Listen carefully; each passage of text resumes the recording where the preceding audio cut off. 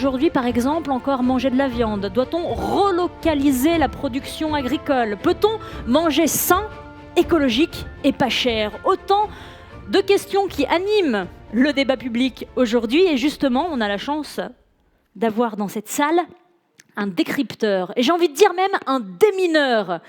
Un démineur qui s'appelle Thierry Caquet, qui va me rejoindre sur scène. Thierry, vous êtes directeur scientifique et écologue à l'INRAE. Merci d'être avec nous. Merci Fanny, bonjour. Bonjour à toutes et à tous et bonjour à ceux qui nous suivent à distance. Alors, je ne sais pas si je suis un démineur, parce que souvent les démineurs, ça peut mal se terminer, donc je vais essayer de... Ça va bien se terminer pour vous. Écoutez, en tout cas, je suis là pour ça. Il faut le dire, hein, ces questions exacerbent certaines tensions, et on n'est pas là pour ça aujourd'hui, bien au contraire. On veut comprendre, justement pour mieux discuter ensemble et pour vivre ensemble en bonne santé sur une planète vivante. Tout à fait, effectivement. L'idée, c'est vraiment de partager avec vous à la fois quelques chiffres, mais pas trop. J'ai compris qu'il ne fallait pas noyer les gens sous les chiffres, mais juste se fixer un peu des ordres de grandeur. Et puis d'imaginer à la fois comment les systèmes alimentaires, puisqu'on parle d'agriculture, donc production agricole, mais c'est l'ensemble du système alimentaire qui va jusqu'à chacun d'entre nous, consommateurs, qu'il faut faire évoluer dans le cadre de transition, qu'on appelle notamment la transition agroécologique, j'y reviendrai. Et c'est aussi une vision... d'évolution aussi du partage de l'effort entre la production, les consommateurs, et je vais y revenir, et puis tout ce qu'il y a entre les deux.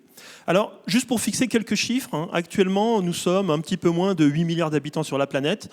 On pensait qu'en 2025, on serait à 8 milliards. En fait, c'est dès 2022, on devrait franchir le seuil de 8 milliards. On se projetait à une époque à 10 milliards en 2100. Maintenant, les projections sont toujours entre 10 et 13 milliards. Donc, la dynamique démographique continue. Il y a un petit infléchissement, mais ça continue. Actuellement, l'agriculture sur la planète, en gros, ça occupe un tiers des terres émergées. Si on regarde juste les cultures végétales, c'est en gros 10%. Le reste, c'est pour l'élevage. Donc, on a une empreinte sur l'environnement qui est énorme via l'agriculture. Ça a été dit par Bruno David ce matin. Ça fait partie des pressions, et on va venir aussi sur les modes de production qui exercent ces pressions. Alors, pression sur la biodiversité, et puis aussi sur le support de cette biodiversité, qui sont les sols. Et s'il y a un patrimoine, qu'on parle souvent de bien commun quand on parle de l'eau, quand on parle de l'air, de la diversité, le sol est vraiment le bien commun sur lequel nous devons vraiment faire porter toute l'attention, tout notre intérêt collectivement, parce que c'est le support de la vie sur la planète, en tout cas de la vie telle que nous la connaissons et telle que nous l'utilisons en tant que consommateurs. Et j'appellerai simplement ici que tout ce que nous consommons, que nous soyons véganes, végétariens, flexitariens, omnivore, l'homme est un omnivore à la base, eh bien ce sont toujours des produits issus de la biodiversité, sous différentes formes, plus ou moins transformées, et même dans certains cas, on utilise la biodiversité pour transformer des matières premières, végétales par exemple, en aliments. On pourrait parler par exemple des organismes qui font de la fermentation. Les aliments fermentés sont très bons pour la santé, parce que sans biodiversité microbienne, pas d'aliments fermentés. Donc on a vraiment un intérêt, je dirais, commun à penser système alimentaire et biodiversité. Alors ça peut paraître banal de le dire, mais en fait pendant très longtemps on a opposé les deux dimensions. C'est-à-dire qu'on cherchait une production maximale en mettant des intrants, ce qu'on appelle des intrants en agriculture, c'est-à-dire des engrais, des fertilisants de synthèse, des produits phytosanitaires ou pesticides. On a vu ce matin un petit film très bien fait sur finalement l'utilisation de ces produits en France et les impacts que l'on peut voir sur la biodiversité.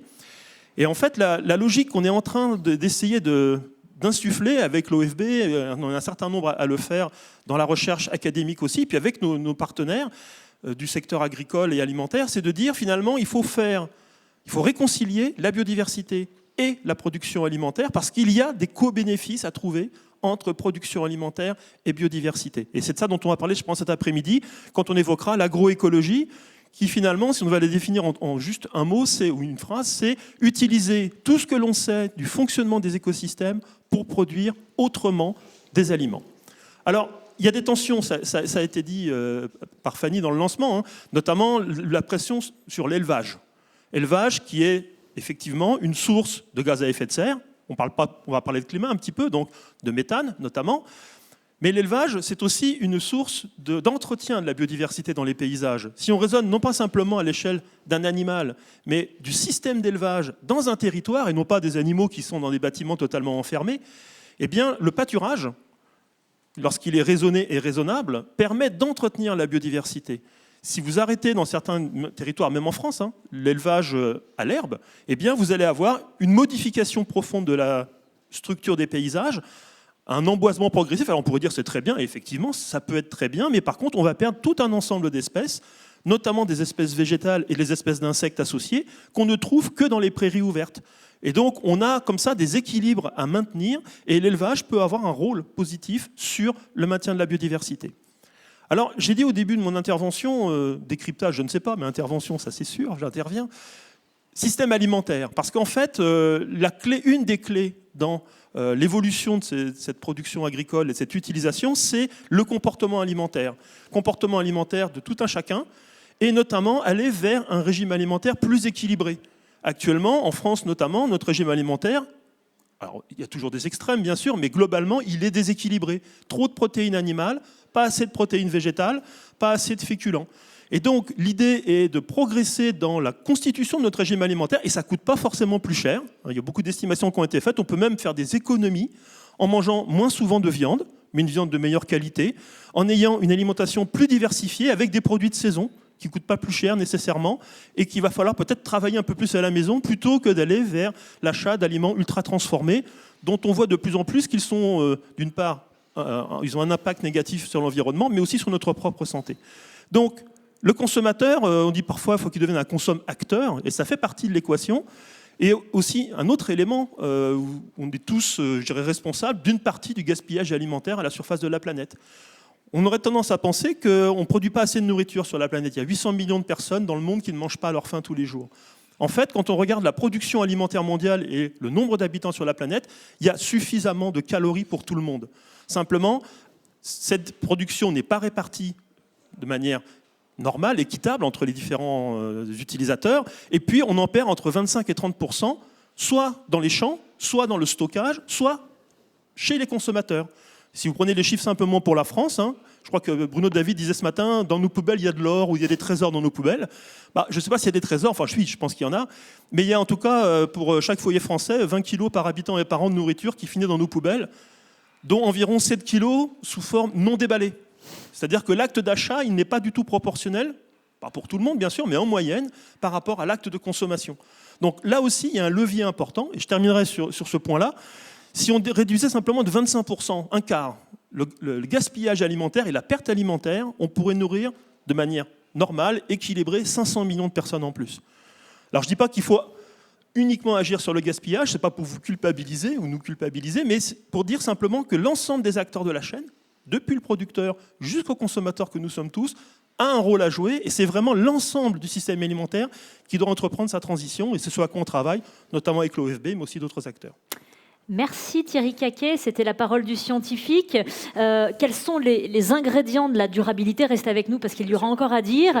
Quels sont justement tous ces éléments qui nous permettent de tendre vers cette durabilité et cette régénération des écosystèmes? Eh bien, nous avons aujourd'hui dans cette table ronde des acteurs de terrain qui vont venir parler de leur métier. Benoît Lavaux, vous êtes patron pêcheur à Royan, je vous invite sur scène.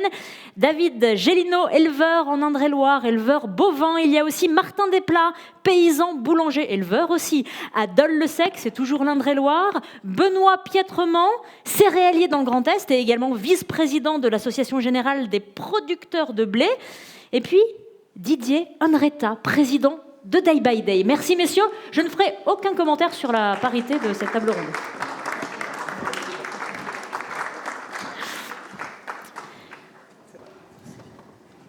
Avant de nous lancer dans les débats, on va regarder une vidéo qui va nous emmener en mer. 4h30 du matin, à quelques kilomètres au large des côtes de Royan, au cœur du parc naturel marin de l'estuaire de la Gironde et de la mer des Pertuis. Sur le pont du Roquet 2, les marins-pêcheurs sont déjà à la manœuvre. Ils posent depuis quelques heures déjà des palangres, un corps de ligne sur lesquels sont fixés des hameçons appâtés à la sèche. Un type de pêche durable et respectueuse de la biodiversité, bien loin des pratiques industrielles. Aujourd'hui, Benoît, le patron pêcheur et son équipe s'apprêtent à remonter plusieurs lignes. Tu vois, on va aller chercher la première palangre qu'on a posée ce matin, là, et puis à suivre jusqu'à la 4e. Et on se dirige sur celle-là, là, qu'on va relever. Les lignes, c'est les lignes de fond qui sont mis avec des appâts. Ça fait 15 ans que je fais ça. Mon père faisait déjà cette méthode de travail-là. Moi, ça m'a plu. Je trouve ça respectueux. Je trouve que le poisson est intact quand on le sort de l'eau et tout vivant. Donc, c'est respectueux de l'environnement. On dégrade rien, on n'abîme pas le fond.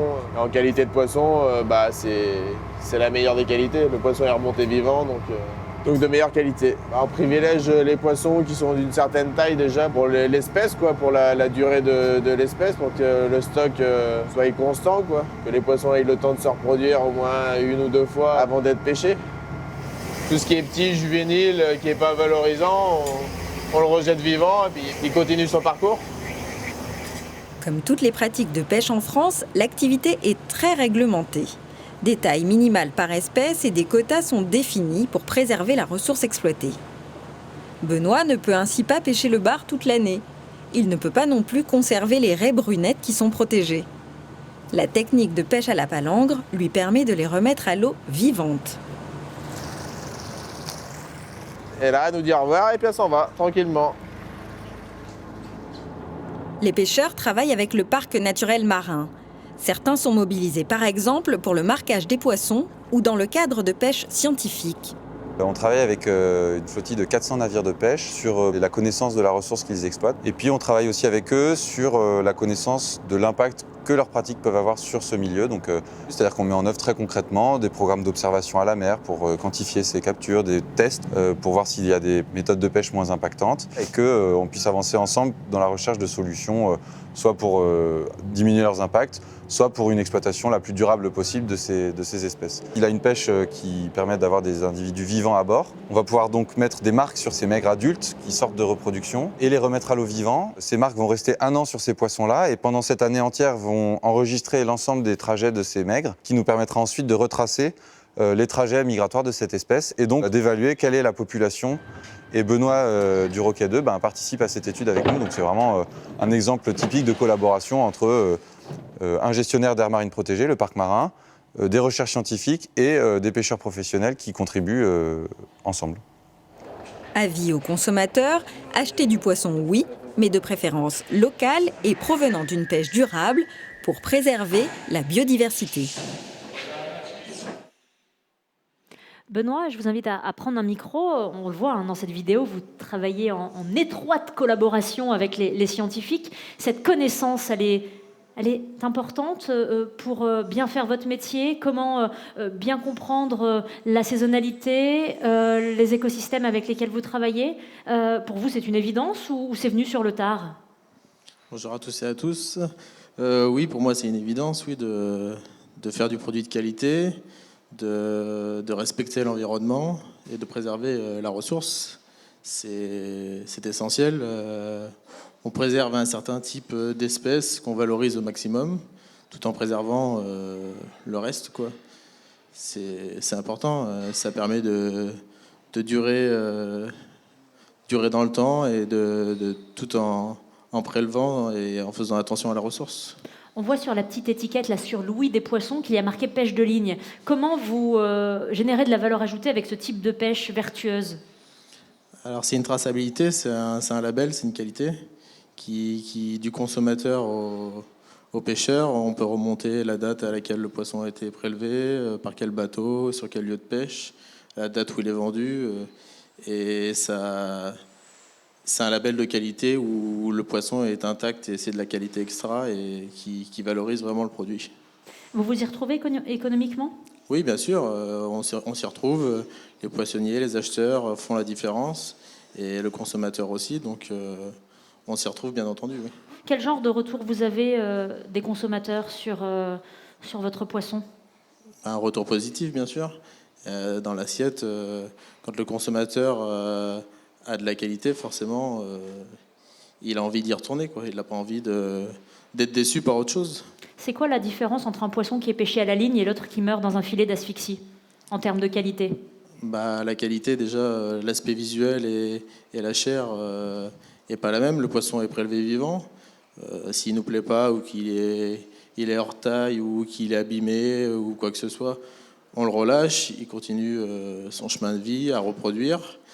Et la chair, il n'est pas stressé, donc déjà ça se ressent sur le goût. Parce que le stress vraiment joue là aussi pour le poisson? Ah bien sûr, oui.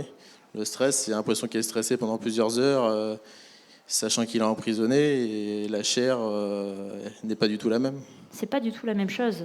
Et c'est pareil pour l'élevage également. On en parle aussi beaucoup et il va de soi qu'il faut, sur cette table ronde, parler de l'élevage et de l'importance de l'élevage vertueux. On va regarder notre deuxième vidéo. David Gélineau est éleveur, mais un éleveur pas tout à fait comme les autres. Il contribue activement à la préservation de la biodiversité des vallées angevines. Durant l'automne et l'hiver, les prairies de la région sont régulièrement inondées. Heureusement, c'est la garantie d'une végétation particulièrement riche au retour du printemps. Donc on est juste au nord d'Angers, à Cantenay-Épinard. Ici, on est sur des zones inondables.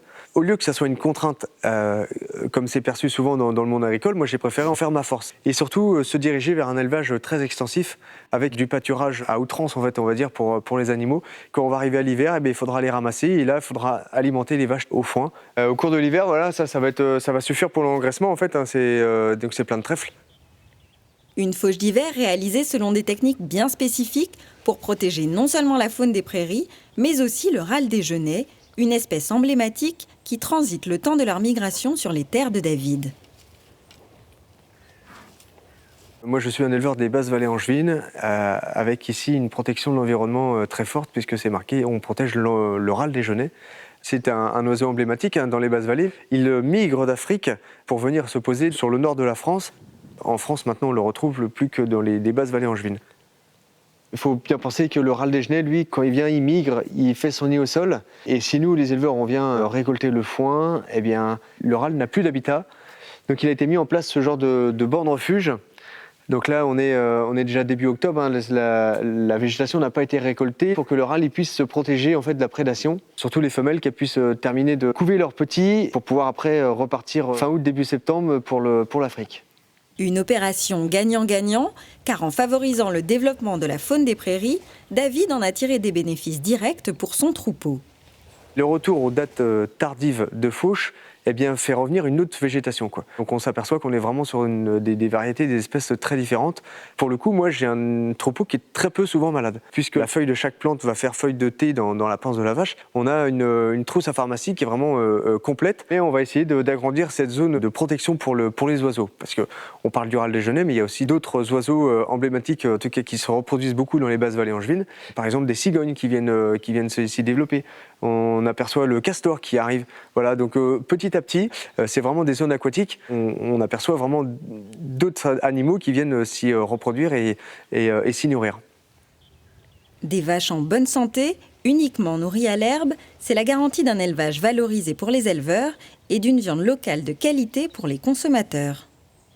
Les éleveurs ont créé une association, le bœuf des vallées angevines, pour pouvoir commercialiser localement les animaux.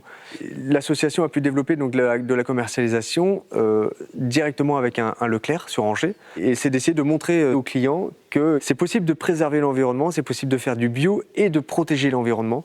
Et ils peuvent avoir confiance dans ce qui est travaillé dans les basses vallées angevines. Voilà, ils peuvent avoir confiance dans les éleveurs.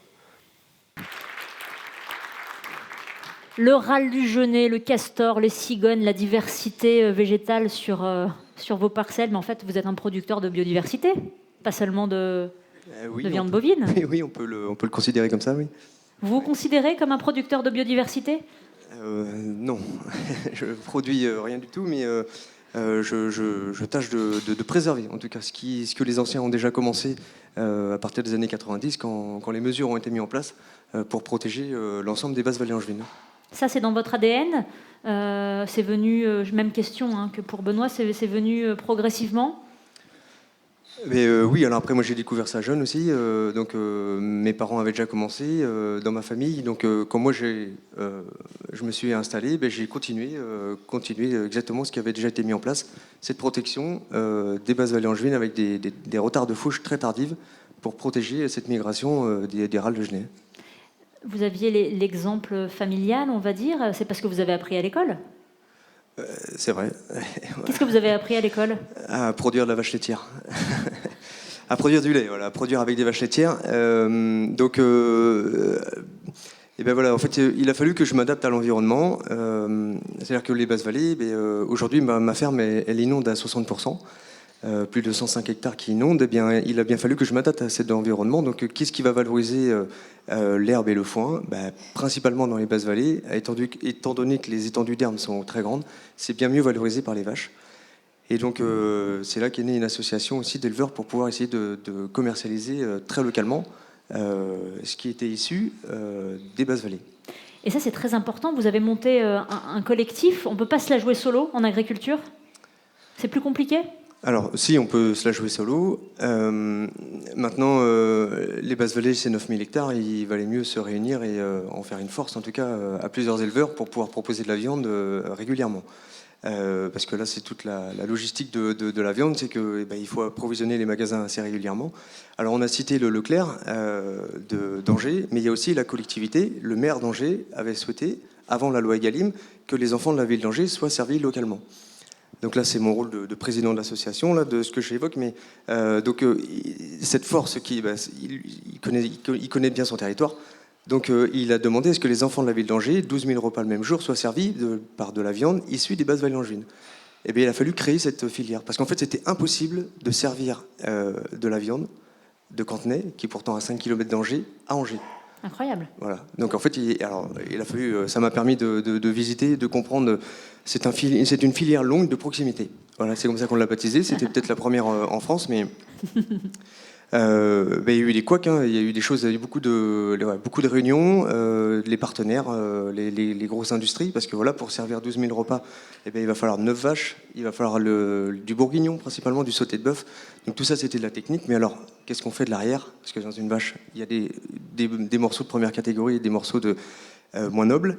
Et donc, voilà, il a fallu travailler. Donc les morceaux de première catégorie, ils vont pour les CCAS, dans les EHPAD. Et donc au moins, voilà, ça nous permet de valoriser. Alors nous, l'éleveur, qu'est-ce qu'on y retrouve derrière ça? C'est que le prix du kilo de carcasse est vendu plus cher. Voilà.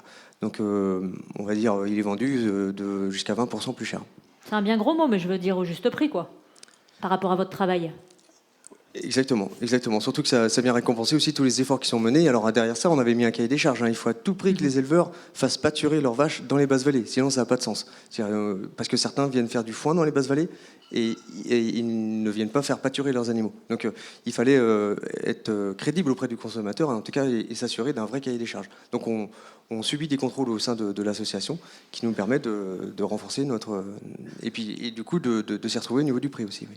Sachant que tous ces services rendus que vous évoquez pour la biodiversité, et on n'a pas parlé du captage du CO2 dans les sols non plus, qui était quand même une composante pas négligeable, à ce jour ne sont pas encore suffisamment valorisés ou payés, puisque finalement ça vient se surajouter à votre travail, ou en tout cas c'est quelque chose qui n'est pas forcément visible sur l'étiquette pour les consommateurs. Alors, effectivement, moi-même, j'ai toujours pas fait le diagnostic CAP2R. Ça, c'est un diagnostic qui permet de mesurer la production de carbone sur mon exploitation. Alors, je sais que mes vaches en produisent du carbone, mais je sais aussi que ma ferme en capte beaucoup. Voilà, donc j'ai plusieurs kilomètres de haies, j'ai beaucoup de basses vallées angevines, de prairies humides, de tourbes en fait, qui permettent de capter. Donc il y a encore énormément de travail et ça, c'est les choses à mettre en valeur. C'est un avenir très proche. Je vais faire cette formation au cours de l'hiver, mais voilà, on est encore aux prémices des diagnostics CAP2R. Et d'un point de vue image et communicationnel, strictement communicationnel, c'est vrai qu'on a tendance à taper sur l'élevage, et en particulier l'élevage bovin, mais c'est important de faire le distinguo. Vous êtes en extensif, en prairie, en autonomie fourragère. Là, on peut parler de systèmes vertueux et probablement beaucoup plus de CO2 qui rentre, enfin, de gaz à effet de serre qui rentre que ce qu'il sort. Donc ça, c'est quelque chose qui n'est pas encore perceptible dans l'esprit du grand public et ça doit changer. Je vais passer la parole à Thierry Caquet parce que j'aimerais qu'il leur mette un petit coup, notamment sur ces histoires de rebouclage des cycles naturels. Pourquoi avons-nous besoin de cet élevage vertueux? Et pourquoi, attention, on va peut-être me lancer des trucs. Pourquoi les végétariens ont besoin de l'élevage aussi? C'est un challenge. J'ai combien d'heures? Non, je plaisante. Non, alors déjà, je voudrais revenir sur l'exemple qu'on vient de voir, parce que c'est vraiment, je dirais, un archétype dans le bon sens du terme, de la manière de concevoir, non pas simplement un atelier sur une exploitation, mais un système dans une exploitation où justement on va avoir le souci de l'autonomie. J'espère que vous êtes autonome en fourrage. Donc l'autonomie, ça veut dire déjà se dégager de certaines contraintes économiques.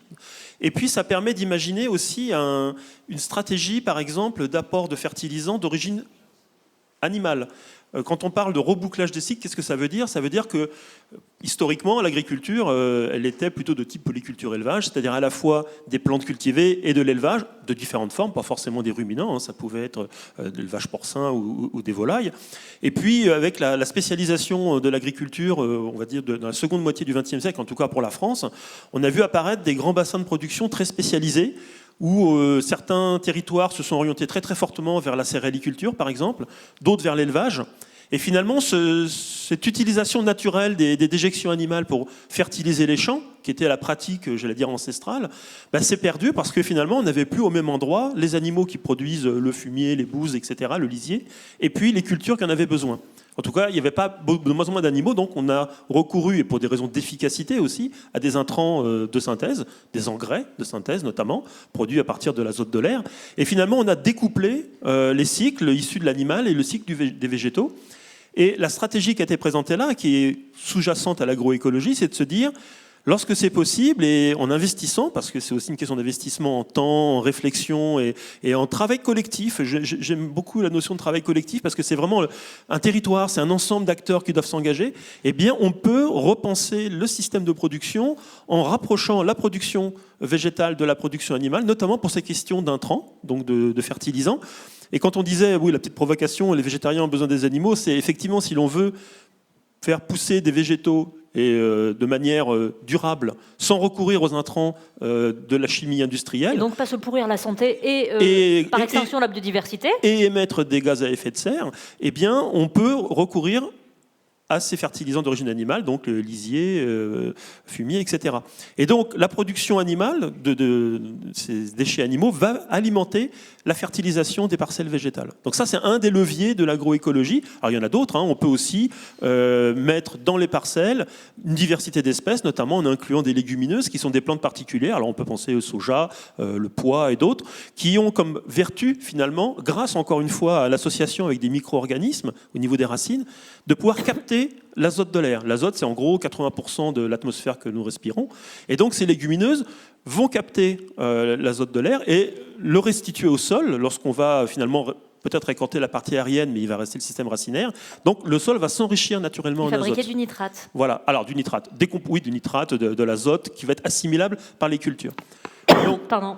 Donc l'agroécologie, ça va être effectivement retravailler sur le couplage de ces cycles et puis diversifier. Et puis tout à l'heure, puisque j'ai la parole, j'en profite, vous me dites si j'abuse. Tout à l'heure, j'évoquais les sols et je pense que là, on a un bon exemple aussi de raisonner la couverture des sols. C'est-à-dire qu'on peut se permettre de faire des récoltes à certains moments de l'année, lorsque ce n'est pas antagoniste avec la conservation de la biodiversité, j'allais dire spontanée. Et c'est aussi une logique de laisser les sols couverts le plus longtemps possible dans l'année, ce qui est pas, je dirais, n'était pas dans la pratique habituelle depuis quelques dizaines d'années, parce que cette couverture des sols, elle permet d'une part de stocker du carbone, bien sûr, dans la végétation, de fertiliser les sols, et puis aussi d'éviter la perte de carbone ou d'autres émissions de gaz à effet de serre, comme le protoxyde d'azote, le N2O, qui vont sortir lorsqu'il va y avoir des sols nus. Et donc, on protège les sols, et si on protège les sols, on protège la biodiversité des sols et la biodiversité de surface. Alors justement, Martin Desplat, il est paysan boulanger, il produit aussi ses céréales, il nourrit les vaches avec ses sous-produits agricoles, les vaches lui fournissent effectivement cette matière organique. Là, on a un exemple du tonnerre, regardez. 6h30 dans le petit village de Dolu-le-Sec, dans le département d'Indre-et-Loire. Martin est déjà à l'œuvre, les mains dans la pâte à pain. Quelques derniers tours de bras avant de laisser reposer ses pains au levain 100% bio. Car sur l'exploitation familiale, il y a encore beaucoup à faire. Ici, rien ne se perd, mais tout se transforme. Martin cultive 50 hectares de céréales dont il tire sa propre farine. Mais le processus de transformation ne s'arrête pas là. Les déchets de céréales s'avèrent être un repas d'exception pour son troupeau de vaches au braque.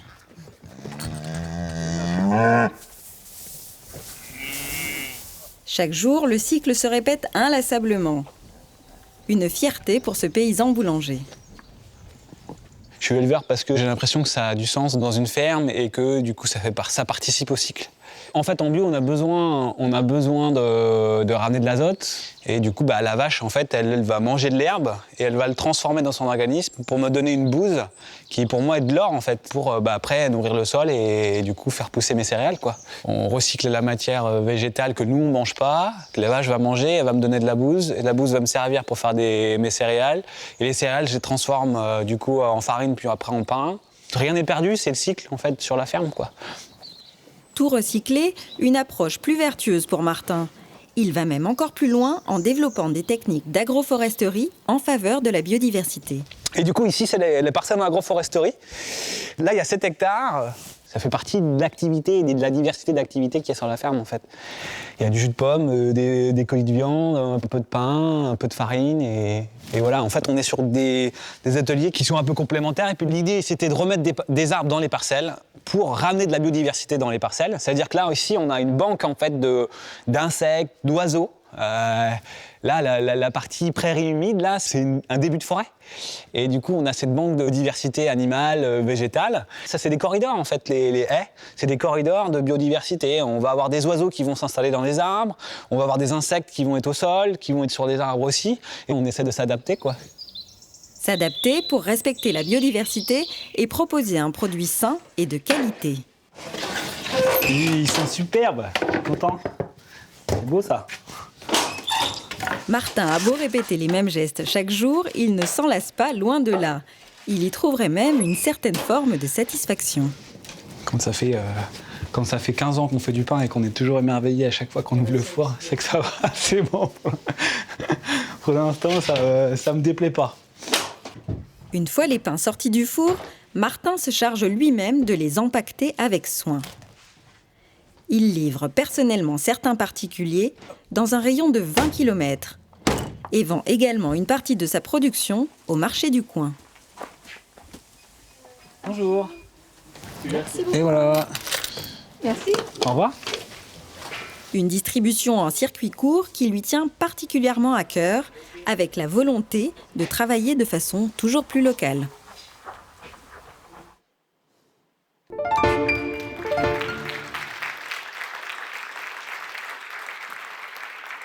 Martin quoi. Est-ce qu'on peut faire plus local? Je crois pas. Je sais pas, mais du coup c'est mon choix en fait d'avoir toutes ces activités-là sur la ferme et comme je l'ai dit dans la vidéo en fait, ces activités sont complémentaires et en fait c'est grâce à l'activité de paysan boulanger que je peux me permettre d'avoir des animaux, des vaches sur la ferme. Si on prend juste l'atelier, moi j'ai que 10 vaches sur la ferme et mes 10 vaches me permettent de faire du fumier pour 10 hectares de céréales. Et ces 10 hectares, moi je fais 10 hectares de blé. Et ça me suffit pour faire ma production de farine et de pain derrière. Même j'ai suffisamment de céréales chaque année pour même vendre un peu de farine à des boulangers qui travaillent sur la ferme. Voilà. Et du coup, en fait, si on prend juste l'atelier d'élevage, c'est pas économiquement, c'est pas intéressant. Mais mon activité de paysan boulanger me permet de supporter aussi cette activité-là. Et pour moi, c'est important que ça soit dans un cycle. Et du coup, on en parlait juste avant, je suis autonome en fertilisation. Et dans les céréales que je produis, je travaille souvent en association maintenant aussi, avec des légumineuses. Voilà, je mélange du blé et de la févrole. Je mélange du lentillon avec du seigle. Et en fait, l'apport... On me dit souvent, comment tu fais là? Tu as de la févrole avec du blé, mais tu ne vas pas faire de la farine avec ça, quoi. Je trie à la récolte. On s'est organisé avec plusieurs paysans. On a des trieurs en commun. Et du coup, on va trier ces céréales-là. La févrole me sert après, derrière, en complément d'aliments pour engraisser mes animaux. Et puis, pour repartir dans le cycle après, derrière, dans les cultures, quoi. Voilà. Oui, là aussi, vous êtes plusieurs. Ou alors vous êtes Superman. Qui est sur votre exploitation? Vous êtes en GAEC? Comment c'est quoi Non, sur la ferme, je suis tout seul. Hein. Vous êtes tout seul? Sur la ferme, je suis tout seul. Oui, mais après, voilà, je sais pas, moi je suis sur 60 hectares. Vous n'avez pas une femme exceptionnelle, non? Si, complètement. Allez, voilà, une conjointe collaboratrice. Et du coup, c'est vrai qu'on passe... Après, c'est un choix de vie, c'est un choix de couple aussi. Hein. On peut pas... voilà, toutes les activités qui sont sur la ferme... ma compagne est complètement partie prenante et elle a envie que ça marche. Donc c'est chouette aussi, voilà, d'être à deux aussi sur la ferme et de plein de moments en fait de partager aussi des réflexions. Après moi, je le disais tout à l'heure, je suis pas tout seul. Enfin, je me sens pas tout seul. Moi, j'ai des voisins, des jeunes voisins qui sont installés, qui sont soit j'ai un collectif qui est juste à côté, qui voilà, avec qui je travaille. On partage du matériel, on partage du temps de travail. J'ai un autre collègue qui vient s'installer pas longtemps, qui fait des poules pondeuses. C'est pareil, on partage des outils. La moissonneuse, on a une moissonneuse en Cuma, donc on a vraiment du temps aussi de partage. Voilà. Et c'est ça l'agriculture aussi, quoi. C'est du partage avec des paysans autour. Je vais vous poser une question, mais je crois que vous avez un peu répondu. Est-ce que vous êtes heureux? Ah bah bien sûr. Ça se voit. Bien sûr, bien sûr. Voilà, souvent on pose la question, mais est-ce que vous arrivez à en vivre? Souvent on pose cette question. Mais moi, ça veut dire quoi, arriver à en vivre en fait? Est-ce qu'on est bien dans ce qu'on fait? Est-ce qu'on arrive à produire notre nourriture? Parce que la base pour moi, c'est de produire ma nourriture. Et après, de pouvoir nourrir les gens qui sont autour de chez moi, quoi. Les mangeurs, voilà, partager ça autour de chez moi. Merci. Merci pour ce beau témoignage.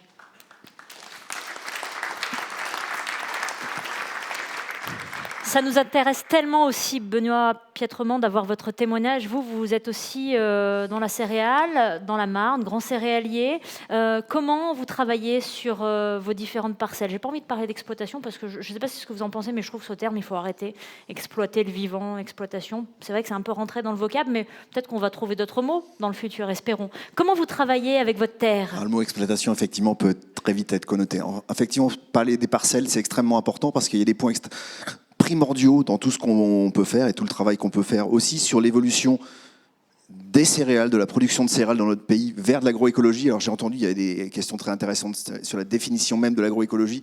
C'est compliqué parce que quand on en parle, y compris avec des agriculteurs extrêmement engagés ou d'autres beaucoup moins, on n'a pas tous la même définition, ce qui veut dire qu'on a un vrai travail quand même à faire sur le sujet.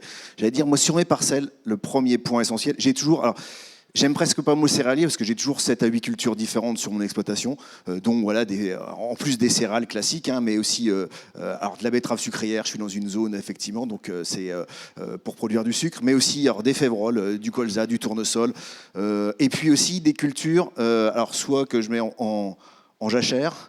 Alors je le mets entre guillemets parce que pour moi une jachère c'est pas une terre qui est laissée de côté complètement, c'est d'essayer d'y mettre des couverts pour pouvoir prévoir mes cultures suivantes.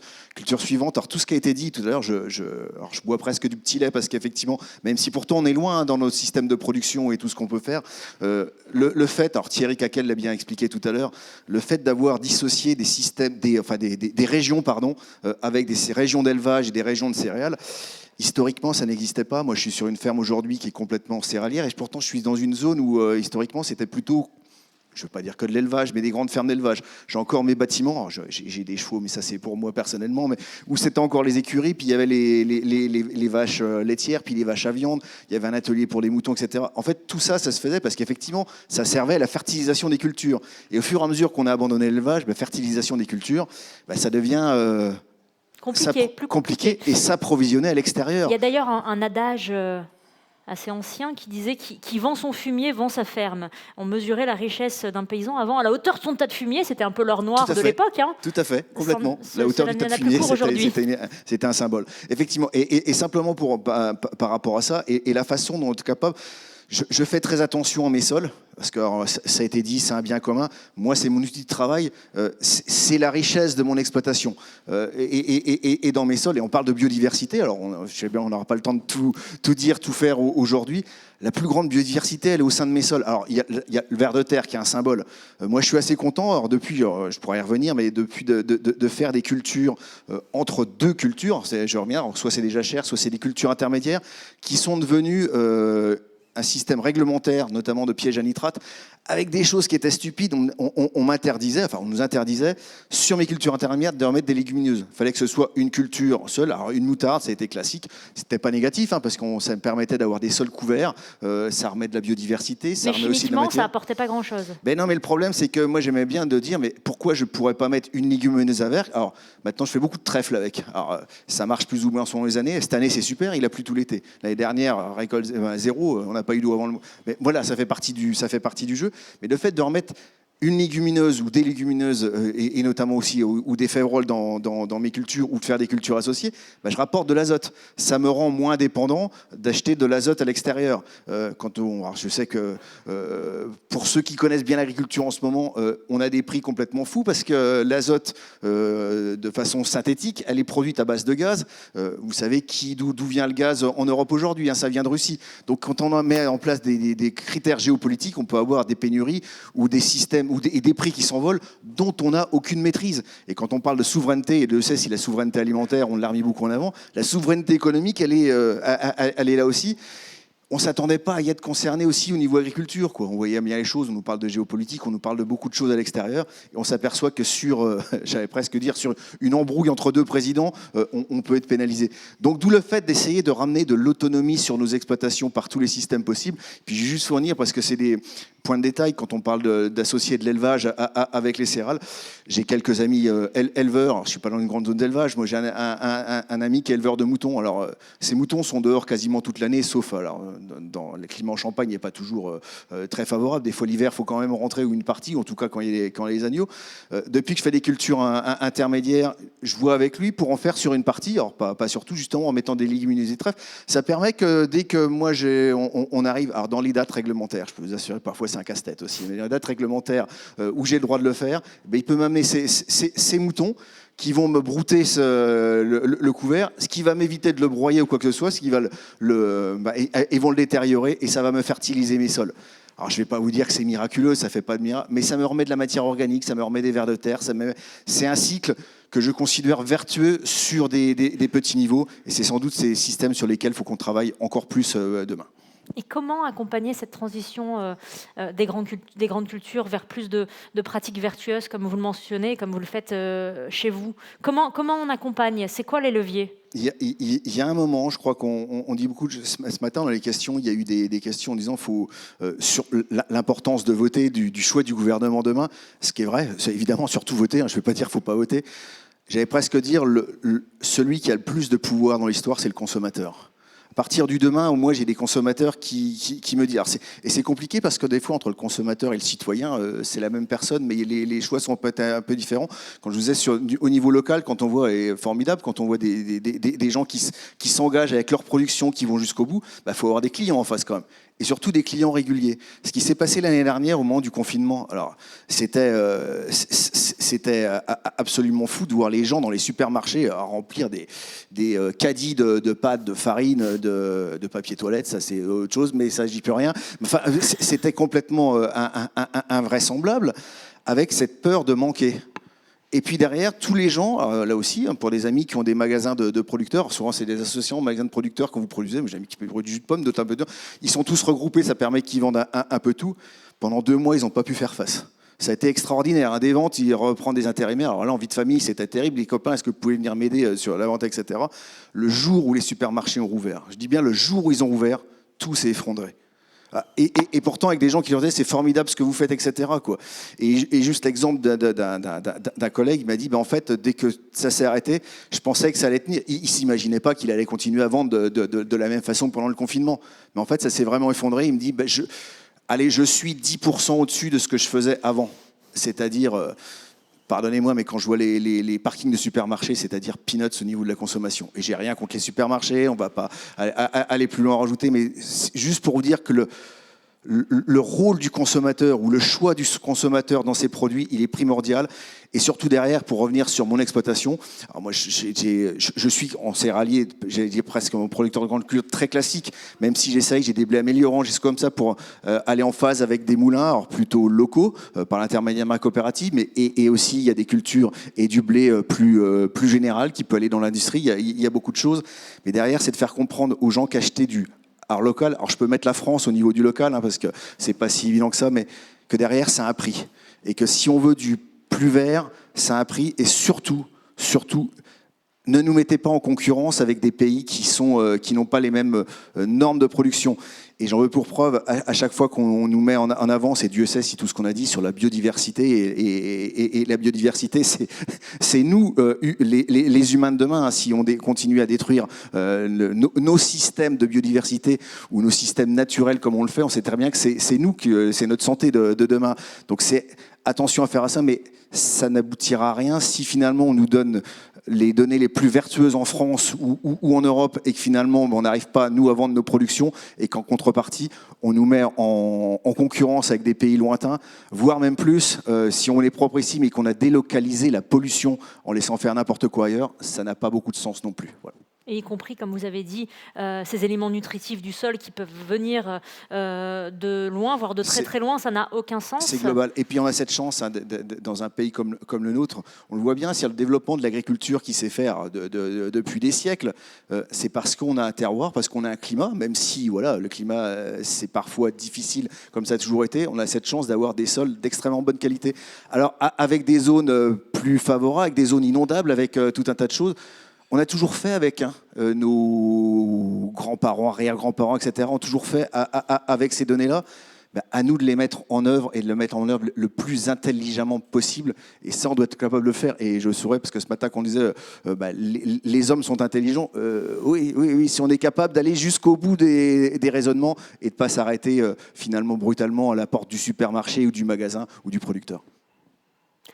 On aura entendu plein de personnes un petit peu en amont des filières. Je vais donner la parole maintenant à Didier Nreta, qui est le président de Day by Day. Faut que vous nous racontiez un petit peu l'histoire, parce qu'elle est fabuleuse là aussi. Day by Day, alors, ça a commencé comment ? Ça a commencé Day by Day en 2013. J'étais à l'époque, moi, consultant marketing, voilà, très privilégié, quelqu'un qui a des grandes théories et qui gagne très très bien sa vie, qui travaille beaucoup, puis qui voit pas beaucoup de sens dans ce qu'il fait à la fin, puisque je fabrique de la conso. Et il se trouve que de fabriquer de la consommation, je fais ça globalement depuis 1988. Sous différentes formes. J'ai démarré dans la grande distribution et j'ai beaucoup aimé ça, et j'ai eu l'opportunité de comprendre en travaillant dans la grande distribution et en accompagnant les évolutions de consommation sur plus d'une trentaine d'années que finalement les problèmes que nous rencontrons sont des problèmes de masse, sont des problèmes de quantité, sont des problèmes de volumétrie agglomérée. Ce qui a été dit ce matin sur l'évolution de la population est à la fois juste et moins juste. C'est-à-dire que nous sommes... je suis un petit peu plus jeune, mais ma maman, par exemple, qui a près de 80 ans, a vu la population mondiale plus que doubler sur le temps de sa seule vie. Pendant cette période-là, il a fallu, et vous parliez d'agriculture intensive qui a été demandée après la Seconde Guerre mondiale, il a fallu trouver des solutions pour répondre à ça. Et même ici, dans notre pays, en France, en Europe, partout, on a vu cette augmentation de la population considérable en un temps très très court. Et donc on n'a pas eu le temps, dans ce très court temps, d'adapter et nos comportements et nos systèmes de production. Et c'est là où on se rend compte finalement que d'un seul coup et en très peu de temps, ce qui était des comportements assez dissociés, assez espacés et assez assumables, à la fois par les ressources et par des comportements un tout petit peu insouciants qu'on pouvait tous avoir parfois en aval de notre consommation, et qui était assumable. On a souvent parlé de la pollution dans les océans, jusqu'à un certain point elle était assumable, et ça a été dit ce matin, la nature est résiliente, donc elle était capable d'absorber. Quand on atteint certaines masses, quand on atteint certaines volumétries, quand on atteint certaines quantités sur un espace restreint en un temps record, ça n'est plus assumable. Ça ne fonctionne plus, ça casse. Et donc, arrivé à ce constat-là, moi je vous le disais tout à l'heure, cette vie de conseil qui marchait bien, où je gagnais très bien ma vie, avec beaucoup de complexes par rapport à ça, mais je ne rentrerai pas dans la psychologie de bazar. Et donc j'avais le sentiment de devoir mettre mon petit savoir-faire au service de ce qui correspondait beaucoup mieux à mes origines et à ma culture, c'est-à-dire probablement de résoudre des problèmes liés à l'humanité. Alors c'est très ambitieux de vouloir changer le monde quand on est un tout petit bonhomme dans un coin. C'est super ambitieux. Mais après tout, c'est ce qu'on fait tous. d'amener des petits bouts de solutions qui sont démultipliables, qui sont représentatifs, qui sont passables à l'échelle à un moment donné, et dire notre petit exemple individuel dans notre petit coin, si on le passe à l'échelle, il peut changer le monde. Et c'était ça qui est arrivé à ce moment-là, et c'est de dire comment je peux faire pour changer la consommation et pour changer les effets néfastes de la consommation. Je l'ai vécu, je l'ai vu, j'ai appris à faire. Donc j'en connais les rouages, j'en connais les systèmes, j'en connais les mécanismes, je connais les modèles économiques, j'en connais les effets néfastes et les effets bénéfiques. Et bien si on changeait la donne, si on proposait une consommation qui va avoir des effets néfastes les moins importants possibles, voire demain, dans un temps 2, on verra régénérateur. Et alors après, c'est sur quoi on travaille? Parce que les effets, les impacts environnementaux et les impacts sur la biodiversité en général, ils sont nombreux. Ils vont de la nature, de la manière dont on produit. Vous produisez en bio notamment, mais il y a plein de manières de produire plus ou moins bonnes et plus ou moins échelonnées à l'intérieur de tout ça. Hein. Vous avez bien dit que l'agroécologie, on ne sait pas très bien ce que c'est aujourd'hui, on ne sait pas très bien définir tout ça, donc il y a tout un tas d'échelles. Et puis il y a des impacts pour lesquels on est plus sensible que pour d'autres. Il se trouve que moi, ma sensibilité première, elle est sur un des éléments que vous avez donné, qui est le gaspillage alimentaire. C'est ce qui, de tous les impacts que j'ai pu voir, c'est ce qui, moi, individuellement, je ne dis pas que c'est le pire, c'est ce qui, moi, individuellement, me pose le plus de problèmes. Voilà. Et à ce moment-là, je me suis dit, dans ce que je sais faire, si je dois changer les impacts de la consommation, est-ce que je peux travailler sur le gaspillage alimentaire? Et qu'est-ce que je peux proposer pour faire ça? Et en particulier, puisque mon parcours professionnel m'avait appris à travailler avec le consommateur, distributeur, eh bien, je me suis dit, comment je peux changer le gaspillage alimentaire chez le consommateur. Comme je ne peux pas rentrer dans sa cuisine, il y a un truc que je peux faire. C'est faire un truc qu'aucun commerçant jamais depuis 10 000 ans de commerce n'a voulu faire, lui dire d'acheter moins. Et pour acheter moins? Et pour acheter moins, il faut acheter la juste quantité au bon moment. Et à ce moment-là, on a monté un écosystème d'épicerie en vrac complet. Le premier en France. C'est ce que j'allais dire, vous êtes précurseur. Oui, alors on n'est pas précurseur dans le monde, loin de là, parce que le vrac, c'est quand même la moitié du monde qui achète en vrac encore aujourd'hui dans des tas de pays. Hein. C'est quand même assez historique et ancien. Mais en France, il n'y en avait plus. Il n'y en avait plus, ça avait été tenté dans la distribution à différentes entreprises. Il n'y avait pas de modèle économique qui avait été trouvé. Et c'est toujours compliqué quand on est dans du full libre-service, c'est-à-dire dans un super ou dans un hypermarché. C'est très compliqué, c'est même économiquement pas tout à fait rentable. Et nous, justement, fort de ces constats-là, on s'est dit on va monter un écosystème dédié et on va prendre ce qui fonctionne bien dans la distribution, c'est-à-dire, et je vous rejoins, le travail ensemble, mettre des moyens en commun, donc monter un écosystème complet avec plusieurs magasins adhérents d'un même ensemble logistique, etc. Et puis parallèlement, essayer de résoudre l'équation économique qui ne fonctionne pas pour le vrac dans les super et dans les hypermarchés, et donc d'avoir des magasins de petite taille dédiés au vrac pour pouvoir mettre en place des méthodologies, des ressources dédiées, et donc chercher cet équilibre qui va bien. Et on a trouvé, et aujourd'hui, l'enseigne a 78 magasins. 78, voilà, j'en étais resté à 50 et quelques, mais c'est exponentiel. Oui, mais alors 78 magasins dans la distribution française, et surtout quand on parle que du vrac, c'est la poussière sur le dos de la puce, sur le dos de la distribution, hein, faut pas se tromper non plus. Même si on nous regarde souvent comme si on était une grosse structure très organisée, parce qu'on va vite, parce qu'on applique des méthodes très organisées et très opérationnelles. Pour le coup, ça reste tout petit à l'échelle de la distribution. On va se donner une taille quand même, parce que les chiffres, c'est toujours en bien. Nous, on travaille sur ce qu'on appelle les produits de grande consommation. Hein. Il n'y a que 2 magasins aujourd'hui qui font vraiment du produit frais, qui sont d'un concept un peu différent. Mais pour les autres, on fait tout ce qu'on appelle les PGC. Les PGC, c'est les produits d'épicerie, de liquide. C'est que du sec, hein? C'est essentiellement du sec et puis des liquides non périssables. Parce que ça ne serait pas possible autrement. Si, tout est possible autrement. Le vrac du frais, ça existe, ça s'appelle un boucher, un fromager, un primeur.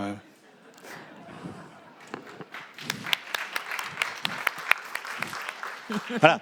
D'autant que, et on a de la chance, on est un pays qui depuis quelques années maintenant s'intéresse à ces sujets-là très près et a fait évoluer sa réglementation pour qu'on puisse aller chez son boucher avec l'élément qui est le pendant du gaspillage alimentaire, c'est-à-dire sa petite boîte à soie, et donc réduire considérablement les déchets d'emballage. Parce que c'est le pendant du gaspillage alimentaire. Amusez-vous, vous chercherez, il y a une étude anglaise de 2018 qui cherche à voir si l'augmentation de l'emballage, pour qui on dit c'est la clé du gaspillage alimentaire, c'est le secret pour ne pas gaspiller, si l'augmentation exponentielle de l'emballage depuis 1950 a permis de réduire le gaspillage alimentaire. Et alors ils mettent les 2 courbes en parallèle, et la courbe du gaspillage alimentaire augmente 2 fois plus vite que celle de l'emballage. Donc ça ne fonctionne pas. Ça ne fonctionne pas toujours. Soyons beaucoup moins vindicatifs. Ça ne fonctionne pas toujours. Donc gaspillage alimentaire, acheter la juste quantité au juste moment, dans les justes proportions. Et donc effectivement, des produits secs, essentiellement des produits secs. En termes de taille, c'est un marché qui, dans l'ensemble de la grande consommation, représente normalement une centaine de milliards d'euros par an. Et l'ensemble du vrac, puisque depuis, on a beaucoup travaillé pour que se développe le vrac en dehors de nous. Il faut vous dire qu'il y a 800 magasins spécialisés de vrac en France aujourd'hui. Nous, on est 78. Donc on a travaillé, on a créé une association professionnelle. Moi, j'ai formé mes premiers confrères. J'ai formé mes premiers confrères en renseigne pour qu'il y ait du vrac partout et pas seulement dans notre proposition. Vous avez formé vos concurrents ? Ouais, bah oui. La classe ? Non, il faut... En fait, si vous croyez en la solution, vous vous demandez pas si la solution doit remplir vos poches. Vous vous demandez comment faire pour qu'elle se développe le plus vite possible, auprès du plus grand nombre de gens possible, dans les meilleures conditions de durabilité possibles. Eh bien, vous ne le faites pas tout seul, vous le faites avec plein de gens. Vous partagez. C'est ce que j'ai beaucoup entendu dans les expériences de mes camarades qui sont là. Travailler ensemble, mettre en commun des moyens, partager des choses, raisonner horizontal alors que ça fait des siècles qu'on raisonne vertical. Enfin, je crois que le capitalisme est né au XIIe siècle, en France, à Toulouse. Donc, c'est quand même quelques siècles qu'on raisonne vertical. Il faut changer la donne. Et dans le monde du vivant, puisqu'il est question effectivement aujourd'hui de parler de biodiversité, et je peux redonner un peu la parole à Thierry Caquet pour ça. Ce monde n'est que coopération, symbiose, interdépendance. On pourrait citer des exemples, par exemple les mycorhizes ou un autre exemple qui vous vient en tête. Il n'y a pas de verticalité dans le vivant. Alors là, on pourrait parler aussi des chaînes alimentaires et des réseaux trophiques, c'est-à-dire qu'il y a aussi la coopération, la symbiose, c'est, je dirais, le côté yin de la chose, et le yang, ça va être qui mange qui dans l'écosystème. Et donc, il y a quand même des consommateurs et des consommés. Donc, je pense qu'il faut se méfier des analogies entre systèmes. En fait, le système du vivant, ce sont des réseaux. C'est vraiment la notion de réseau, je pense, plus que dire que c'est horizontal ou vertical. C'est vraiment le fonctionnement en réseau et la notion finalement de boucle qui permettent à un moment donné de faire correspondre des niveaux qui, a priori, n'interagissent pas les uns avec les autres. Par exemple, des prédateurs qui vont avoir besoin pour se nourrir qu'à un moment donné, des champignons soient en symbiose avec des arbres, par exemple, parce que ces arbres ou leurs fruits vont être consommés par des petits animaux qui vont servir de proie à ces grands prédateurs. Donc, c'est plutôt cette logique de bouclage de cycles, de flux dans le système. Et on a un système qui, finalement, est je ne sais pas s'il est en équilibre, mais en tout cas, il est relativement stable parce qu'il y a des boucles de rétroaction, il y a des systèmes d'échange de flux, d'énergie et de matière. Et lorsque on agit, comme on l'a fait avec l'agriculture intensive, ou comme on peut le faire avec la pêche aussi intensive, ou les activités d'exploitation non durable de la biodiversité, eh bien, on va rompre des liaisons, soit des liaisons des flux de matière entre des consommateurs et des consommés, soit ces systèmes de bouclage de cycles. Et c'est ça qui conduit à des dérèglements, à des dysfonctionnements de la biosphère et des écosystèmes. Donc l'ambition, quand on parle de système alimentaire, ça va être justement de régénérer lorsque c'est possible, et ça l'est, mais ça veut dire changer pas mal de choses, justement ces interactions et ces rétroactions entre les différents compartiments du vivant et des écosystèmes. Je suis sûre et certaine que vous avez des questions. Moi j'en ai une là. Ah. Où se procurer des poissons issus de pêche durable? Et on a de plus en plus d'étiquettes pêche durable en GMS. Est-ce que cela est vraiment fiable? Benoît, où on peut acheter votre poisson? Alors, où on peut acheter notre poisson? À Royan déjà. Et puis sur les bancs des poissonniers locaux, surtout, de courte distance d'approvisionnement. J'ai une question pour Didier. Ce qui favorise la fraîcheur du poisson. Et sur des bateaux issus de la pêche sélective. On parle de plus en plus de l'AMAP du poisson, le réseau Poiscaille, vous travaillez avec? Oui, bien sûr, oui. Vous pouvez nous le décrire un petit peu? C'est un réseau de certaines personnes qui, par rapport à la demande qu'ils ont de leurs clients ou de restaurateurs ou de particuliers, nous appellent, nous passent commande. Si on peut, ils viennent chercher ce qu'ils ont besoin. S'il n'y a pas, ils essayent de trouver une alternative. Mais ils prennent du pêcheur directement à livrer aux consommateurs. Et c'est génial parce que c'est vraiment le fruit de votre pêche du jour ou de la veille, entre guillemets. Moi, par expérience, qui suis en Auvergne, au fin fond de l'Auvergne, en Haute-Loire, c'est un petit peu comme le panier de la MAP, c'est-à-dire qu'on ne sait jamais exactement ce qu'il va y avoir dedans. Vous commandez et vous recevez votre panier avec quelques crevettes, avec un merlu ou que sais-je, un maigre. qui a été pêché il y a 48 heures. Et c'est même presque le panier surprise. C'est très intéressant, en tout cas pour le consommateur, de pouvoir commander comme ça, où qu'on soit en France. C'est ça aussi l'avantage. On n'est pas obligé d'être en bord de mer et de venir vous voir spécifiquement à Royan. C'est ça, oui, bien sûr. Puis ça permet au consommateur de découvrir ce qu'il n'a pas forcément connaissance de fraîcheur et de qualité qu'il n'a pas rencontré précédemment, quoi. Et ce qui est génial, c'est que dans les colis également, vous avez la fiche pédagogique qui vous dit quelle espèce il y a dans votre panier, quelle est sa saisonnalité, si celle-ci a eu le temps de se reproduire au moins une fois, voire plusieurs fois avant d'être pêchée. Donc c'est également très pédagogique.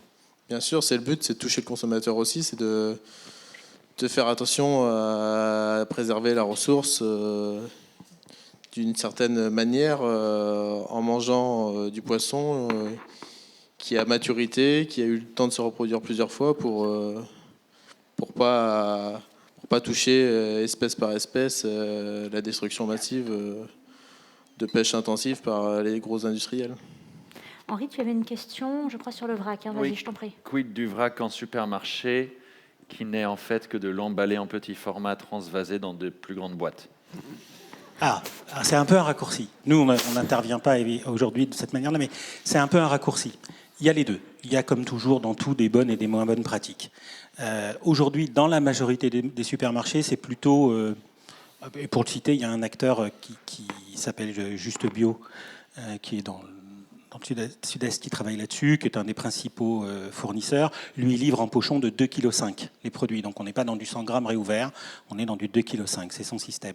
Donc on ne sait pas tout à fait ce qui est décrit là, mais il y a encore quelques magasins qui ne fonctionnent pas, quelques dizaines sans doute, ou quelques centaines sur les milliers qu'ils sont, de magasins qui ne fonctionnent pas comme ça et qui ouvrent parfois des paquets de 200 grammes pour faire croire qu'ils font du vrac. Voilà, donc ce n'est pas la majorité. Dans la majorité des cas, c'est vraiment dans des paquets qui viennent de 2,5 kg. Après, quand on passe dans les réseaux spécialisés comme les nôtres, mais comme un certain nombre de nos camarades, on est plutôt sur des paquets qui vont aller de 5 à 25 kilos. On ne dépasse pas 25 kilos, ne serait-ce que parce que certains produits ne s'écouleraient pas assez vite. Et là, on recréerait du gaspillage alimentaire parce que le produit n'aurait pas la durabilité nécessaire. C'est complètement stupide de recréer de l'externalité négative quand on veut chasser de l'externalité négative. Quand même, se retirer une balle du pied gauche pour la tirer dans le pied droit, il ne faut quand même pas être très très malin. Et puis l'autre aspect, c'est aussi les troubles musculo-squelettiques qui pourraient arriver avec des paquets trop gros. Donc c'est un dosage à chaque fois que d'être dans le meilleur résultat. Mais si on raisonne avec ces données-là que sur la notion on sort du gaspillage alimentaire à un instant qui est plus dur à mesurer. On peut le mesurer sur la chaîne de valeur, mais chez le consommateur, c'est plus dur. Mais quand on raisonne sur le pendant du gaspillage alimentaire, qui est la réduction de l'emballage, nous, on a mesuré très précisément et de manière très scientifique, on pourrait regarder ça dans le détail, on évite tous les ans de mettre 72% de la masse d'emballage sur le marché par rapport à du préemballé. 72%. Si on l'extrapole à l'ensemble de la consommation française, on parle en millions de tonnes d'emballage jamais mis sur le marché.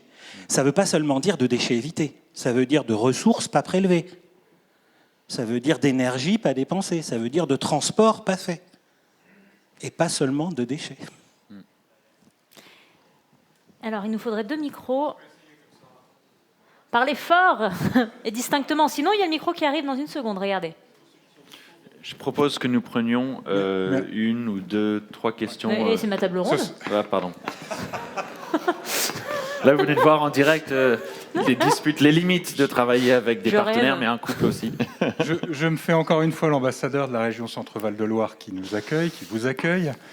Et en fait, pour lesquels je tiens aussi les délégations de la condition animale, messieurs, et des parcs naturels régionaux. Alors, à 100-150 km d'ici, entre Saint-Amand-Montrond et la Chartre, sur les départements de l'Indre et du Cher, je me suis rendu dans le Bois-Chaud Sud, qui est juste avant les contreforts de l'Auvergne, pour envisager la préfiguration d'un parc naturel. Et en fait, ce qui était très très intéressant après une lecture de paysage, qui est un paysage de bocage, et on ne dit pas de paysage sans paysan, et là, pour le coup, c'est vraiment toutes ces anciennes divisions de parcelles pour accueillir les troupeaux qui dessinent ce paysage qui fait toute l'identité du lieu. On nous a soumis, on parlait de courbes tout à l'heure, de courbes parallèles, quelque chose de très très contre-intuitif. On envisage, on parle de biodiversité, on parle de tous les dommages que l'activité humaine peut provoquer par rapport à cette biodiversité. Et là, à cet endroit-là, Les courbes parallèles sont les courbes descendantes de la démographie humaine et de la biodiversité, dans sa diversité et dans son intensité. Parce qu'au fur et à mesure que la déprise humaine atteint ces territoires, ce sont des exploitations, parce que là, pour le coup, ce sont des exploitations qui grandissent, avec des méthodes culturales qui changent, avec moins d'intégration, plus de monoculture, et finalement, des cohortes de population qui s'affaiblissent, parce que moins d'élevage extensif, moins de prairies, et tout ça illustre une manière de recentrer aussi notre débat, de dire que vraiment, la biodiversité, nous en sommes au cœur, et nous faisons partie de toutes ces espèces qui interagissent. Et si on fait les choses correctement, on peut agir, interagir et vivre sur son territoire en apportant, en enrichissant cette biodiversité. Tout est une question de connaissance et de mesure.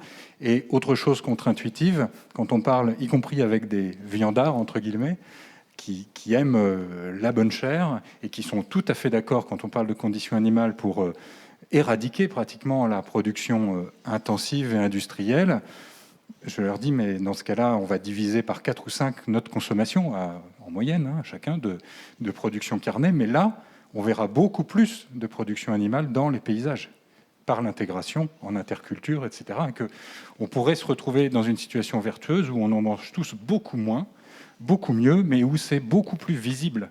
Et donc avec un lien avec le vivant et une responsabilité, y compris sur la manière dont on s'occupe, dont on se préoccupe du bien-être de l'animal, qui est sous nos yeux, parce qu'aujourd'hui, c'est une question qui est complètement ou quasiment ignorée, inconsciente dans notre consommation. Merci pour votre intervention. Donc, ce n'était pas une question, mais une intervention complémentaire. Je crois qu'il y a une question juste ici. Il a été dit tout à l'heure que le consommateur... Il a été dit tout à l'heure que le consommateur avait certainement le pouvoir de faire changer les choses par son acte d'achat, par son choix d'achat. Moi, je me demande si c'est pas plutôt ce qu'il a dans son portefeuille ou plutôt ce qu'il n'a pas. En clair, la question, c'est est-ce que se nourrir mieux ne coûte-t-il pas encore trop cher et encore est-il encore inabordable à certaines personnes? Thierry va répondre. Et est-ce qu'effectivement, changer d'iPhone est une priorité? Le mien, il commence à faiblir. Non, c'est pas ça. Non, la mauvaise réponse. Non, je pense que vous avez raison. Il y a des inégalités sociales face au coût de l'alimentation. On ne va pas se leurrer. Il y a eu donc la loi Egalim, donc tout le monde est ressorti, dans les premières négociations en disant c'est super, et à la fin tout le monde est déçu. Donc il y a quand même un petit problème quelque part, mais je ne vais pas refaire l'exégèse de la loi. Je pense qu'il y a deux niveaux de réponse. Si on regarde la part du budget des ménages consacré à l'alimentation entre, je dirais, les années 60 et maintenant, elle n'a cessé de diminuer en pourcentage du budget d'un ménage. Actuellement, les chiffres, je ne les ai plus tout le temps en tête, je crois que c'était de l'ordre de 40% dans les années 60, on est plutôt vers 20% à l'heure actuelle. C'est des statistiques de l'INSEE, enfin, vous avez peut-être des chiffres un peu plus bas. Mais la diminution est de cet ordre-là. En gros, ça a diminué par 2 en une cinquantaine d'années, d'après les chiffres de l'INSEE. Ce qui ne veut pas dire que tout le monde a de l'argent pour manger à sa faim de qualité tous les jours, je ne sais pas ce que je suis en train de dire, mais simplement, dans les budgets, la part consacrée à l'alimentation a diminué. L'autre point par rapport à ce que vous disiez, c'est qu'effectivement, alors il y a des études qui ont été faites par INRAE et par d'autres, par l'ADEME et d'autres, qui montrent qu'un régime équilibré, tel qu'il est recommandé par les nutritionnistes, c'est-à-dire une ration alimentaire journalière en moyenne de l'ordre de 2000 à 2200 kilocalories, alors qu'à l'heure actuelle, dans les pays développés, on est plutôt à 3000, 3200. On est largement au-delà de ce qui est nécessaire par rapport à notre mode de vie et par rapport à nos besoins alimentaires. Ce qui d'ailleurs n'empêche pas 2 milliards d'êtres vivants d'être carencés, y compris en France, par insuffisance de fer, etc. Parce qu'on mange mal. Enfin, c'est un constat que tout le monde partage, avec des impacts sur la santé et sur la biodiversité, puisqu'on est aussi là pour parler de biodiversité avant tout. Et du coup, quand on regarde le coût journalier d'un régime alimentaire constitué selon les préconisations des nutritionnistes, c'est-à-dire en diminuant fortement la part des protéines animales, en augmentant les protéines végétales, un certain nombre d'éléments, en diminuant la part des boissons sucrées qui ont un impact plutôt sur la santé que sur l'environnement, mais c'est aussi lié, eh bien, on arrive à un coût qui est de l'ordre de 5 à 6 euros par jour pour un repas équilibré. Alors c'est beaucoup pour certains ménages, je suis d'accord avec vous, mais c'est quand même une cible. Et ça permet aussi peut-être de se positionner individuellement par rapport à ce que l'on utilise réellement comme argent pour se nourrir. Il y a la part du gaspillage qu'on a évoqué, on pourra y revenir. Je pense que mon voisin a des C'est chiffres entre là-dessus, 200 et 250 euros par an et voilà. par personne. Par personne. Donc il y a des marges d'économie à faire. Et après, je pense qu'une première réponse, et ce n'est pas suffisant, c'est le développement de ce qu'on appelle les plans alimentaires territorialisés, les PAT, qui sortent de Egalim.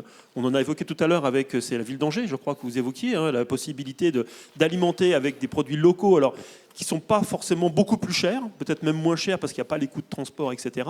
Et ça permet aussi, notamment au niveau de la restauration collective, notamment des écoles, de commencer à éduquer aussi les futurs consommateurs et acheteurs. Donc, il y a effectivement un léger surcoût, mais il n'est pas forcément toujours présent. Et puis, si on utilise... alors, le vrac est une solution, mon voisin ne dira pas le contraire. Et si on utilise les produits de saison, et si on prépare soi-même un certain nombre de produits, eh bien, ça revient nettement moins cher. Ça aussi, c'est quelque chose qui a été une sorte de transition alimentaire dans le mauvais sens, c'est-à-dire le passage vers l'achat et la consommation d'aliments transformés, voire ultra transformés. Ça a un coût. Alors, les industriels agroalimentaires ne vont pas être contents de ce que je dis, mais il faut quand même le reconnaître. C'est un coût qui pèse sur le budget des ménages. Donc, tout ça, c'est des éléments de l'équation très complexes sur lesquels chacun peut essayer d'agir. Après, effectivement, l'éducation aussi à bien se nourrir fait partie des solutions. À bas les micro-ondes. Vous n'avez pas de micro-ondes à la maison, Thierry? Ah non, absolument voilà. pas. En fait, le micro-ondes est notre ennemi. Continuons à cuisiner et peut-être voyons effectivement cet acte quotidien comme quelque chose qui n'est pas une tâche, peut-être. J'avais une question pour Benoît et Martin. La même question à vous deux. C'est quoi le profil de vos clients? Martin, le profil type, ce sont des gens qui ont beaucoup de moyens, de gros moyens? Non, pas forcément. Moi, je veux juste réagir par rapport à ce que vous avez dit juste avant. Moi, je pense que les gens mangent aussi beaucoup de produits transformés parce qu'ils n'ont pas le temps. Et je pense qu'on est dans un monde qui va de plus en plus vite. Et on ne prend plus le temps de cuisiner, on ne prend plus le temps de passer du temps avec ses enfants, on ne prend plus le temps d'observer la nature. Et en fait, du coup, on mange vite, on mange mal, parce qu'on n'a pas le temps. On court toujours après le temps. Souvent, c'est « j'ai pas le temps de faire ça, j'ai pas le temps de faire ci ». Quand est-ce qu'on va arriver à souffler, juste respirer et prendre le temps de faire à manger, parce que ça fait plaisir de se faire à manger. Et du coup, derrière, ça va peut-être nous faire des économies aussi. D'avoir du temps, c'est tout ça derrière. Voilà, je voulais juste réagir par rapport à ce que vous avez dit juste avant. C'est une très bonne réaction. Oui, et moi, je fais aussi la vente directe à la ferme. Et pour répondre directement à la question de la personne, eh bien, effectivement, moi, tout comme chef d'entreprise, alors je produis, je commercialise, je fais tout, voilà, jusqu'à la vente directe. Mais j'ai aussi observé quel était le prix de la vente du boucher et quel était le prix de la grande surface sur le rayon boucherie. Et donc, je me suis positionné, moi, moins cher que la grande surface, que même le boucher. Et je propose une viande de qualité. Alors, tout à l'heure, je n'ai pas précisé, mais moi aussi, je suis en agriculture biologique. Et donc, voilà, je peux répondre à cette personne en disant, voilà, vous allez venir chez moi et je vais pouvoir vous proposer un prix, un produit biologique et pas cher. Il y avait une autre question dans la salle? Oui. On va passer un micro. Il y a une autre ici aussi? Allez, les deux dernières questions. Oui. Alors, on a eu 4 situations très, très locales. C'est une question, monsieur, hein, oui, c'est rassurez-moi. ça. Oui. Donc, on pouvait, nous, en tant que consommateurs, se garantir que les produits étaient produits localement. Comment est-ce que le vrac nous garantit que le produit n'a pas voyagé et n'a pas été produit très, très loin? Didier va monter au créneau tout de suite. On parle du vrac. Alors, d'abord, il y a des réglementations qui nous invitent, voire nous obligent à vous donner la provenance des produits. Puis il y a des organismes qui les contrôlent. Donc il peut y avoir, comme partout, des fraudeurs. C'est la vie. Il faut les chasser. Mais si on suit la réglementation, on doit vous dire au moins de quel pays vient le produit. Alors après, il y a quelques complexités, UE, non-UE, tout ça. C'est parfois même un peu bloquant pour nous que de pouvoir aller jusqu'au bout de la précision. Mais on y arrive quand même. Ça, c'est le premier point. Après, aujourd'hui, si on parle que des produits secs, si on parle des produits frais, c'est un peu différent parce que les produits frais, on a tous, dans un pays comme le nôtre, vous l'avez dit, on produit beaucoup de variétés, beaucoup de choses à beaucoup d'endroits. On a cette chance, terroir, climat. C'est une chance, hein, tous les pays du monde ne l'ont pas. Nous, on a cette chance. Donc, il n'y a pas beaucoup de raisons que d'aller acheter des produits frais très loin de chez soi en France, d'autant que souvent les produits frais sont assez peu transformés. Donc, il n'y a pas de bénéfice à la massification de la transformation, ce qui est beaucoup moins vrai sur les produits secs. Même des lentilles, ça peut coûter très très cher, beaucoup plus cher que d'avoir des petites productions de lentilles si on veut aller jusqu'au bout de la transformation et l'exigence actuelle du consommateur, pas de cailloux, pas de coque, pas de bidule, pas de machin. Et là, il faut massifier un minimum. Donc après, ça va être à un moment donné de faire le tri sur ces produits. Et c'est à vous, clients, que de regarder l'information et que de faire le tri et de dire, moi, une lentille turque, pardon, hein, j'ai rien contre les Turcs, c'est un pays magnifique, qui est peut-être plus de chance que nous encore dans la diversité de production potentielle, mais j'en veux pas. Voilà, vous avez les clés, c'est marqué dessus. Lentille, Turquie, j'en veux pas. C'est pas plus compliqué que ça la vie. Hein. Vous avez le choix. Alors, encore une fois, parce qu'on est dans un pays réglementé et administré qui impose cette information. Et si l'information n'y est pas, l'achetez pas, parce que c'est que quelque part, c'est que celui qui vous le vend ne veut pas vous la donner. Si vous ne veut pas vous la donner, c'est qu'elle n'est pas dans les exigences du moment. Posez-vous des questions. Mais encore une fois, ce n'est pas un mode de vente qui va vous garantir une provenance. C'est la règle qui va vous garantir une provenance. Question courte, réponse courte. Oui, juste parce que la thématique donc, du jour, là, c'est se nourrir. Et se nourrir, c'est manger, mais c'est aussi boire. Et donc, j'avais une question par rapport à ce monde agricole qui nous produit à manger, mais qui nous produit aussi une eau, et l'eau qu'on boit. Et par rapport à cette ressource eau, quid de ces sujets de bassines qui sortent en ce moment sur le territoire? Est-ce que ça vous semble être un modèle agricole propice à notre ressource eau et à vos systèmes agricoles? J'ai envie de dire, vas-y Thierry. Merci. Vous n'êtes pas sans savoir qu'en ce moment se tient, si vous êtes intéressé par ces questions, un ensemble de réflexions collectives qu'on appelle le Varenne agricole de l'eau, de l'adaptation au changement climatique, dans lequel un certain nombre de personnes sont impliquées, et pas uniquement des agriculteurs, et pas uniquement des porteurs d'enjeux économiques, puisque la recherche est mobilisée, et les collègues du ministère de la Transition écologique aussi. Donc, ma réponse, elle va être... peut être longue, mais je sais qu'on n'a pas beaucoup de temps. Donc non, le modèle de mettre des bassines partout sur le territoire français n'est pas le modèle recherché. Le modèle qui est recherché, c'est une agriculture résiliente par rapport au changement climatique. Alors qu'est-ce que ça veut dire ? Eh bien, ça veut dire une agriculture qui va chercher à stabiliser ses productions, notamment en ayant le recours au levier de l'agroécologie, donc la diversification, la couverture du sol. Un sol couvert, un sol riche en matière organique retient mieux l'eau, donc agir sur tous les leviers. Parce que l'eau, on focalise beaucoup sur l'eau, ce qui est un vrai problème lié au changement climatique, mais parfois c'est l'excès d'eau qui pose question, parfois c'est la température trop élevée ou certains bioagresseurs. Donc, effectivement, il y a une focalisation sur ce problème qui est réel. On a besoin d'en parler de manière, j'allais dire, dépassionnée, parce que autant c'est pas le modèle unique qui doit s'imposer, autant certaines régions françaises, si on ne fait pas un travail de réflexion et d'investissement sur de la sécurisation de ressources en eau, qui peuvent être ces bassines que vous évoquez, mais ça peut être d'autres leviers aussi, eh bien, il y a des régions françaises où on doit se résoudre, peut-être à ce moment-là, à abandonner la production agricole, qu'elle soit animale ou végétale. Je pense aux zones intermédiaires, ça s'étend depuis les Deux-Sèvres jusqu'au début de la Lorraine. Eh bien, ces régions-là peuvent être des régions critiques dans le futur parce que eh bien, il n'y aura pas assez d'eau pour faire de la production végétale. C'est un choix de société aussi de dire on arrête de produire à tel ou tel endroit. Donc la réponse, ce n'est pas des bassines partout, mais raisonner au cas par cas, là où c'est nécessaire. C'est la stratégie des plans territoriaux de gestion de l'eau, les fameux PTGE dont on parle beaucoup dans le cadre du Varenne. Voilà, donc c'est une recherche de consensus à l'échelle des territoires, et là, c'est vraiment les acteurs des territoires, les gens qui vivent là, qui ont envie de continuer à y vivre, qui doivent se poser la question de qu'est-ce que l'on peut faire ensemble, qu'on soit agriculteur ou non agriculteur. Sinon, effectivement, on va aller vers une guerre de tranchées qui n'apportera que des difficultés.